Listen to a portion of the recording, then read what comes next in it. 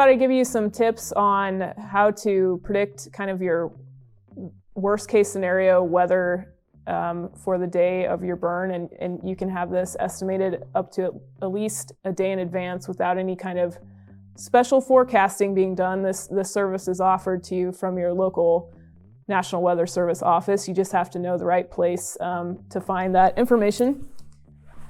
So this is a fire weather forecast from the Des Moines Weather Office from several years back, and I just wanted to key in on some main features from a fire weather forecast that a landowner should be aware of. First thing you'll notice is cloud cover. That can be important when you're looking at if your fuels are going to heat up during the day. Precipitation type, during the burning seasons, it could be snow or rain. If you have substantial rain for days before you burn, that's going to impact your fine fuels and if they're available. Chance of precipitation can be important to help you determine if you'll have the opportunity to burn in future days if you're not able to burn the day you query this forecast. Then you'll see temperature, that should be the max temperature, and then relative humidity percentage, that should be the minimum percentage for the day. And I just keep in mind that, at least in the Loess Hills, sometimes these relative humidities can actually be lower than what the zone forecast is.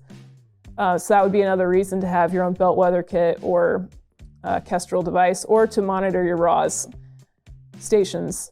Then there are 20-foot winds for AM and PM hours, and 20-foot winds are literally measured 20 feet above the Earth's surface. So that's going to be slightly different than what you would see at eye level or what you'd see, on the ground.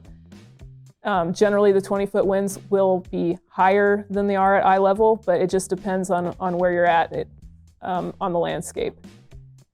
So, and you also notice that the wind direction is listed there too. So in this example, for the today forecast, it's south 9 miles an hour, and then switching or remaining south and increasing to 12 in the evening.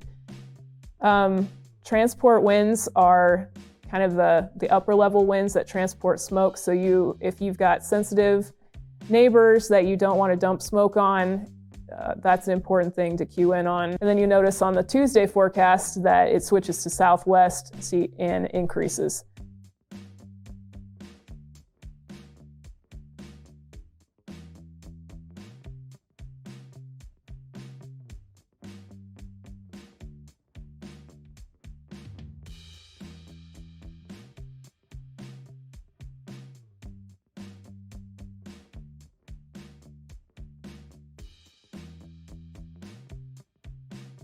Haynes Index is a little bit of a different type of measurement that not many people may be aware of that just watch the daily weather news.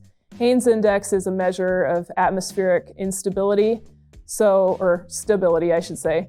And the closer that number gets to 6, the more unstable the atmosphere is. So an unstable atmosphere at a 6 can make fire control difficult. And a low Haynes Index can make getting a fire and keeping it going very difficult. So you want to be somewhere in between, like a 4 or 5 is generally where a lot of people try to shoot for. 6 would be okay if you were very highly trained and had really good burn control lines. Then you'll notice, I skipped one, but smoke dispersion is also a very good thing to know, because if you're burning in poor smoke dispersal conditions, you're going to be leaving a lot of smoke in valleys and in sensitive areas. And if you have hog confinements or neighbors that have breathing conditions, that's not something you want to do.